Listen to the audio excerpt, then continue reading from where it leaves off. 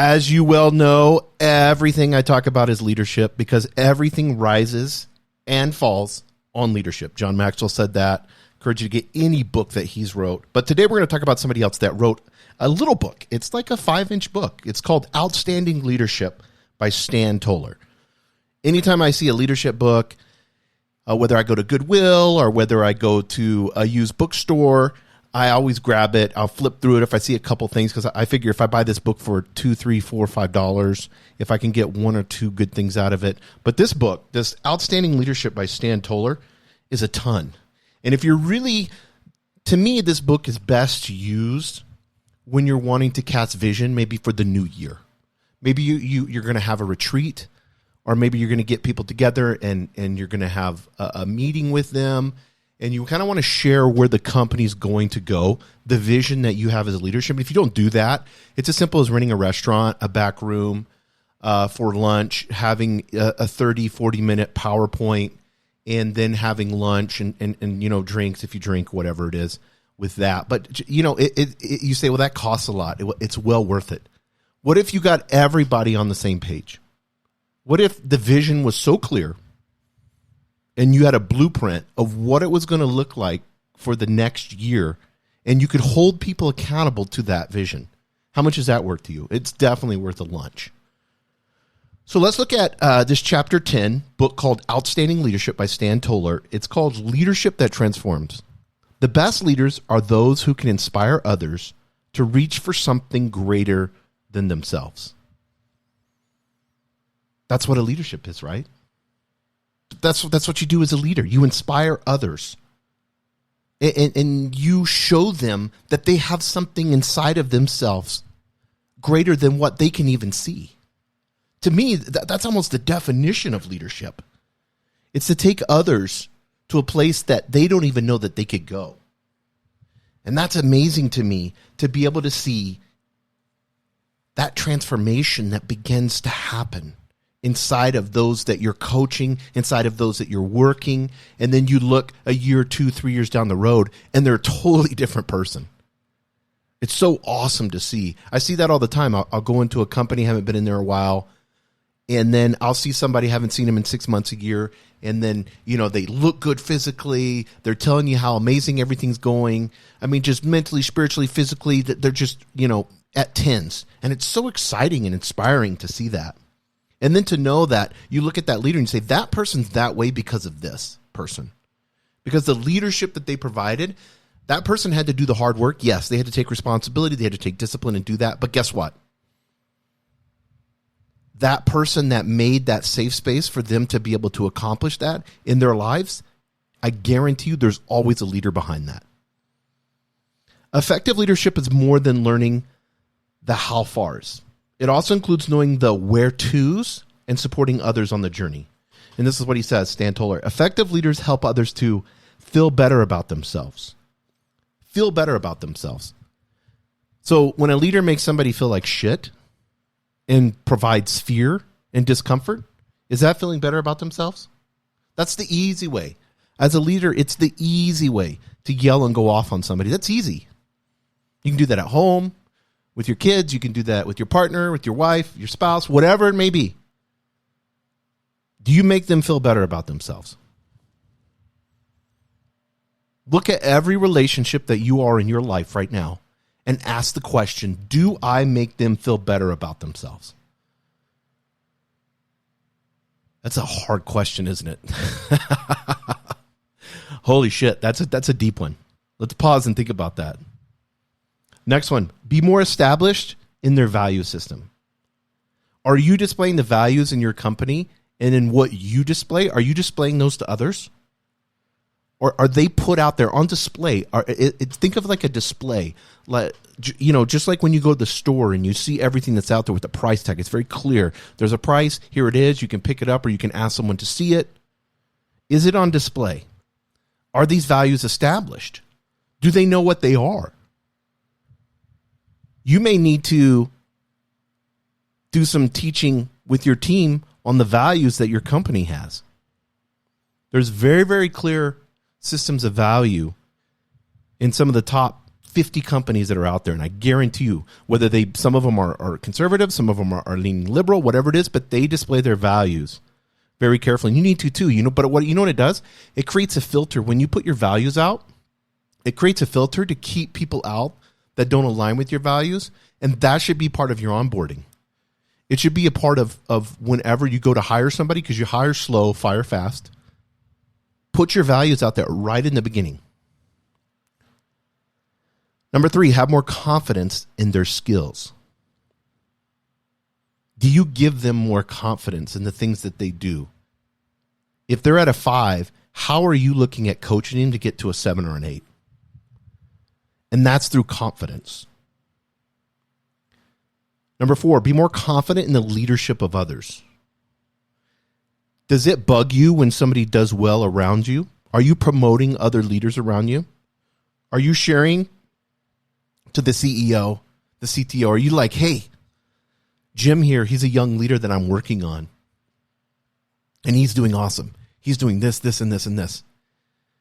And I've got Susan over here. She's going to be starting some leadership training too, and I'm going to get her into this position, and I think we can go here, here, and here with her because she's awesome doing this, this, and this is what we're training on.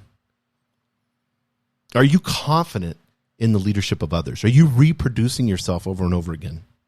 Next, be more confident in their own leadership and feel more comfortable in their interpersonal relationships. See, this is really, really important. And everybody says, well, I want to be a leader, but I don't want to get too involved. What does that mean? I never understood that. I was in the Marine Corps. Great leadership in the Marine Corps, by the way. You're taking a bunch of young people, you're putting them in charge of millions of dollars worth of equipment, having them go on missions that are life or death. And you have to train them from nothing, from high school to that. Amazing leadership. And there was a distance, there was rank and everything else, but you saw the personalities. You saw them. They came right alongside of you. They were not afraid. They had been there, done it, got the T-shirt. They were just older than you, but they've done everything that you've done. They were experts in what you're doing in that moment. They had done it, got it. Now they're leading that. I like, there's a James McGregor Burns. In the book, it talks about this. In Wikipedia article on transformational leadership. This model was introduced by James Burns. And he wrote this way, is what transformational leadership is. It inspires followers to change expectations, perceptions, and motivations to work towards common goals. Based on, get this, based on the leader's personality, traits, and ability to make change through example. Articulation of an energizing vision and challenging goals. It's based on you. You have to take 100% responsibility. He wrote this many, many years ago. It's your job to create an expectation, to create a perception, to create motivation, to find those common goals, and they should be ultra clear. You should be able to walk to any employee and say, what are the goals of this company? What are the goals of your position to enhance those goals? If you can't do that, you have not made your vision clear enough. This is why coaching is so important, guys. Every single podcast I talk about coaching.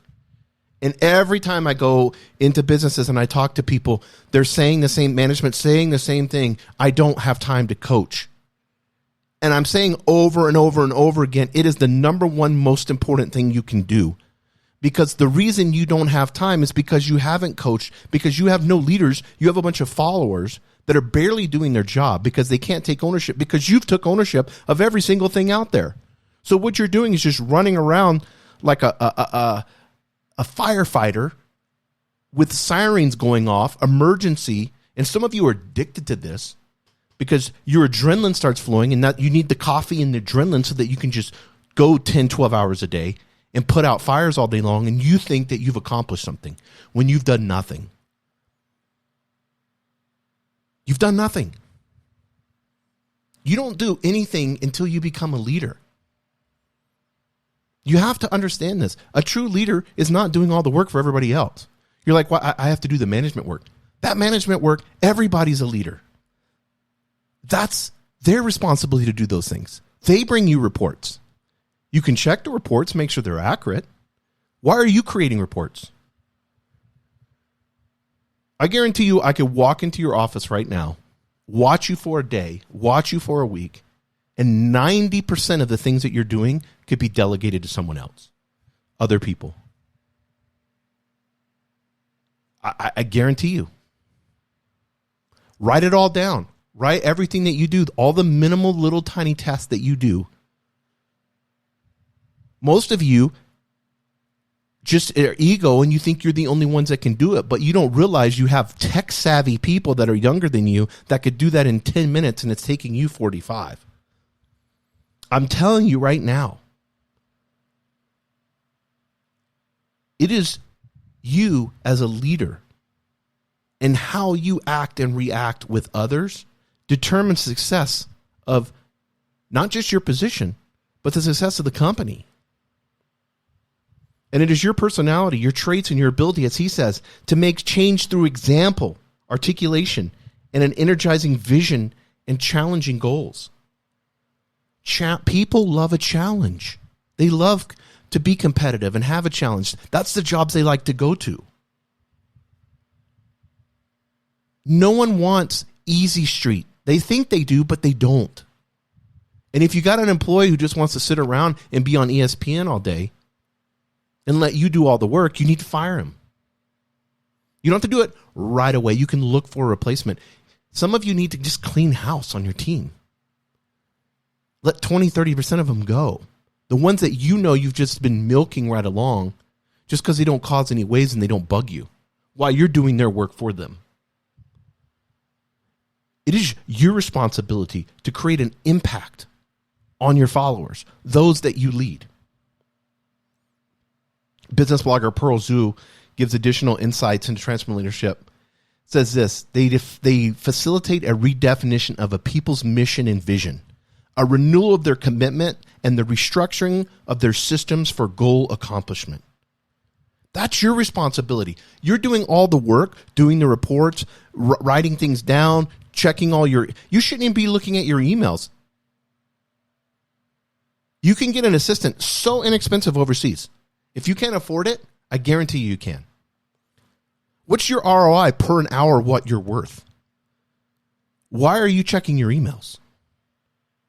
You can have an assistant go through, clean them up, check them all the time. You're like, I don't want to have to deal with the training of that person. It's well worth it. If you take the time to do it right. Personal assistants, I've never heard one person, sometimes they go bad and they don't want to work and you have to get on to it like you do any employee. But for the most part, they're going to alleviate 30, 40% of the bullshit stuff that you do. Sitting there having emails, you know what I do? I say, I send an email back, say, hey, let's schedule a time so we can meet, so we can talk about this. I Google Meet everyone. I'm not going to sit there. If it's going to take me more than 5 minutes to write an email, my assistant's going to send a Google Meet. That's a system. That's what he talks about here. Creating systems. Use systems that are more time effective. Because in 5-minute Google Meet, I can do what would take me an hour to try to articulate an email that they're going to skim over really quick. Where I could just have a one-on-one meeting with Google Meet, see their eyes, they can see mine, I can ask them how they're doing.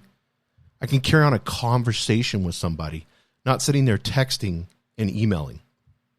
That's the worst, guys. You can't articulate vision on an email. It's so hard to do. Have the Google Meet. Have the conversation. Make the phone call. Don't be lazy. Burns provides his own definition of the transformational leadership model. Such leadership occurs when one or more persons engage with others in such a way that leaders and followers raise one another to higher levels of motivation and morality. Higher levels of motivation and morality. It raises the level of human conduct and ethical aspirations of both leaders and led, and thus has a transforming effect on both. And I want to end in this. I'm going to give you just a few things on transformational leaders.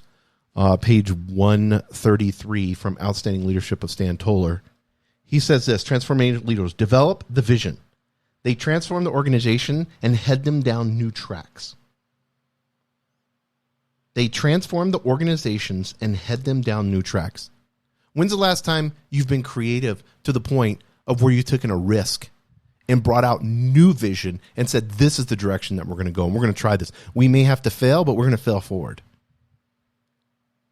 You've been doing the same thing over and over and over again, and that's insanity. Doing the same thing over and over again, expecting different results. I talk to managers, that's what they're doing. They're literally doing the same task, default task, every day. That's what creates burnout. That's what makes you feel like you really don't want to work. So you do what you need to do, what you need to accomplish, just so you can survive. And guess what? You're doing that. You're eating fast food. You're not going to the gym. Because there's no risk there. There's no excitement. There's no fun. Number 2, grow more leaders. They develop a relationship of mutual stimulation and elevation that converts followers into leaders. Who right now do you know? And you'll know off of your team that you could form into a leader. Give me 1 or 2 names right now in your head. 1 or 2. You're going to talk to them today. If it's on a weekend, send them an email and schedule it. Say, hey, Susan, I want to talk to you on Monday morning about something that I have something that I want to see if we can move forward together in this direction, and then have a conversation about how they can lead and what does leadership look like to them. Ask questions, coaching. I want to step you into more of a leadership role. This may take some time. This may be 6 months, a year down the road before we put you into the position, but I want you to work towards this position. What do you think that looks like for you? Don't define it for them. Let them define their own position. They'll do a much better job when they take ownership of it anyways. How are you elevating them? What are some of the challenge? And then you coach them. A week later, you bring him back in the office. Susan, how's it going? What are some of the things that you're thinking of? I know we left the conversation where you were going to share with me today some of the things that you think that how we can move forward in an organization. And guess what? She's going to surprise you. She's going to come up with 1 or 2 great ideas that you're not doing or haven't done. And then you're going to empower her to take ownership of those 1 or 2 tasks. That's all you need to do. That is new. And guess what, guys? You're going to see a change in her. And you're going to see a change in your organization. Which leads to the next one. Promote changes. They inspire others to follow a vision. If you don't have people on a vision, if you're not inspiring them, you're going to have mediocre success. You're going to have high turnover. People need to be inspired. They want to follow. They want to follow a leader. We're made for that. Evolutionary psychology, it's ingrained in us. All of us want to follow somebody that inspires us. Over and over and over again, we do that. Next, build trust. They engender trust, admiration, loyalty, and respect among their followers. How do they do that? By setting themselves apart. By having intimate conversations with them. Like, hey guys, here's where I've been. I've kind of gotten mediocre. I've gotten blah. We're going to hold each other accountable. Here's what I'm going to do to make myself a better leader. Jim, how can you? Billy, how can you? Susan, how can you? And go around the room and write them all on whiteboards. I've done that before where I've had 50 things on the whiteboard of how different people are going to do different things so that we can be better. That builds trust, guys. And leave it up on the board. Let it be accountable. Everybody said in front of everybody, it's fine. People won't get embarrassed by it. Last one, drive mind shift. They engage with followers as whole people rather than simply as employees. Their mindset is based on self-reflective changing of values and beliefs. We have to get past the safe thing where we're trying to create the separation between the leader. This is so old school. The separation between the leader and the employee, and that's an employee, and they have to kind of march into your office and sit down very carefully, and it's very formal, and you have a clipboard, and you're like, Jim, well, today I feel like da-da-da-da-da-da-da, and check. Do you have anything to say? No, you don't? Okay, perfect. Let's carry on. Let's continue. Let's go. That does nothing. Jim, how are your 2 kids doing? I heard about this, and this. That's awesome. It's super cool. Is there anything I can do to help you? I know your daughter's, you said she's in high school. Do I need to rearrange your schedule? Can you come in? Do you need to come in a little bit earlier because she goes to school a little bit earlier and then you leave a little bit early? Or do you need to come in 30, 40 minutes later? What can I do to help you? Be flexible, guys. Help them so that they're happy. and they're motivated. Show them that you care about them as a person. Self-reflective changing of values and beliefs. And I'm not talking about, you don't have to force a religion. I'm not talking about that at all. Values and beliefs of the company, values and beliefs of honesty, trust, discipline. Those are values. Those are beliefs that we have, that the company can help humanity, and we can help humanity this way, and this way. And your position helps humanity and helps our clients by this, and this. And I feel so good whenever I hear from this client and this client that you did this, and this, and went above and beyond. Those are values and beliefs, guys. That inspires people. It motivates people. Transformational leadership. People want to be recognized for who they are and what they've done. Begin to transform not just yourself, but take the responsibility of transforming those that you serve as a leader. Thank you for joining us on the Albuquerque Business Podcast. And thanks to our sponsor, RigbyDigital.com. Make sure to subscribe and share. And go to abqpodcast.com. Get show notes, resources, and links to everything we talked about today to help you navigate your journey as an entrepreneur and business owner.